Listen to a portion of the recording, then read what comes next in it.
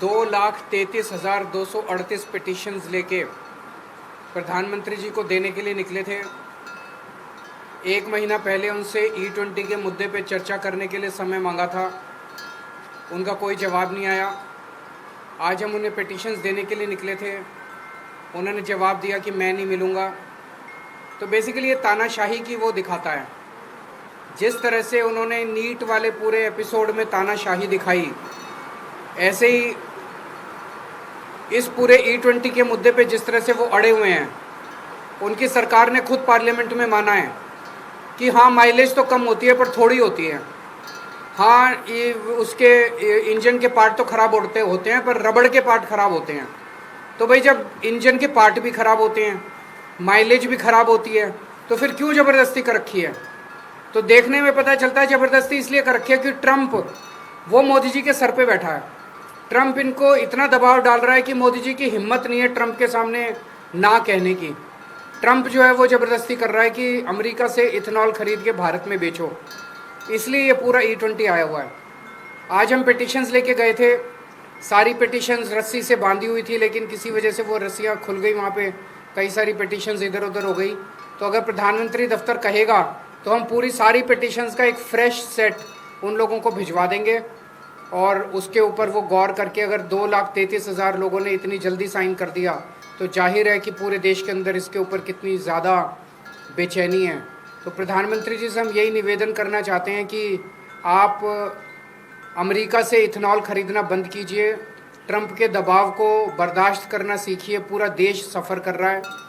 अभी अभी पंजाब विधानसभा में प्रस्ताव पारित किया गया है कि E20 जो है वो विड्रॉ किया जाए। E20 जनता के खिलाफ है और प्रधानमंत्री जी को ट्रंप का दबाव नहीं मानना चाहिए। गोवा के अंदर हमारे 2 MLA हैं, गुजरात के अंदर हमारे 5 MLA हैं, गुजरात में और जम्मू कश्मीर में 1 MLA है। तो जम्मू कश्मीर, गुजरात और गोवा में भी हमारे MLAs जो हैं वो प्रस्ताव पेश करेंगे। पास होगा कि नहीं होगा हमें मालूम है, क्योंकि वहाँ BJP की गवर्नमेंट्स हैं इन दोनों राज्यों में, तो कम से कम गुजरात में और गोवा में, तो वो पास तो नहीं होने देंगे।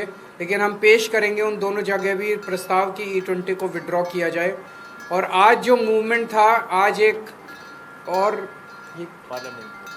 पार्लियामेंट में भी इन्होंने प्रश्न रखा था संजय जी ने, और उसका जवाब आया ही, उसके बारे में ये थोड़ा सा बताएंगे। और इसके बाद हम ये समझ गए हैं कि आंदोलन बहुत बड़ा होना पड़ेगा।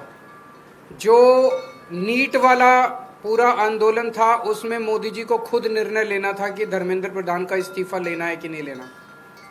यहाँ पे तो ट्रंप का दबाव है और ट्रंप के सामने मोदी जी भीगी बिल्ली बन जाते हैं। मोदी जी की चलती नहीं है, मोदी जी की मजबूरियाँ हैं।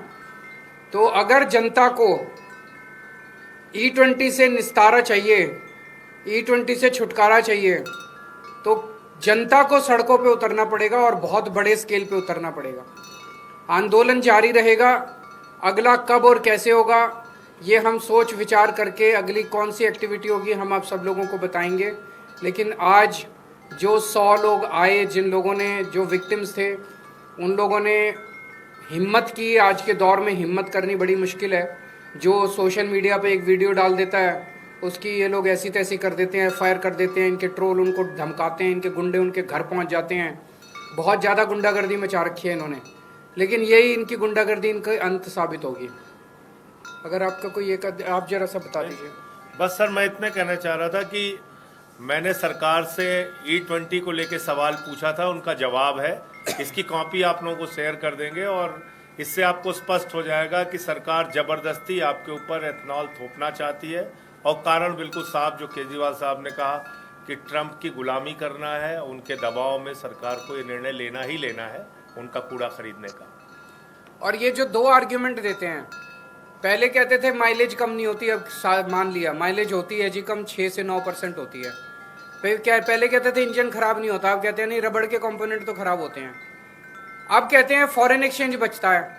जब तुम इथेनॉल खरीदोगे यूएसए से $2.5 बिलियन खर्चा करोगे तो फॉरेन एक्सचेंज कहाँ से बचेगा? फॉरेन एक्सचेंज तो ज़्यादा खर्च हो रहा है। फिर कहते थे देश के किसानों को फ़ायदा हो रहा है। किसानों को तो अमेरिका के किसानों को फ़ायदा हो रहा है। ट्रंप अपने किसानों को बचाने के लिए इथेनॉल ज़बरदस्ती कर रहा है।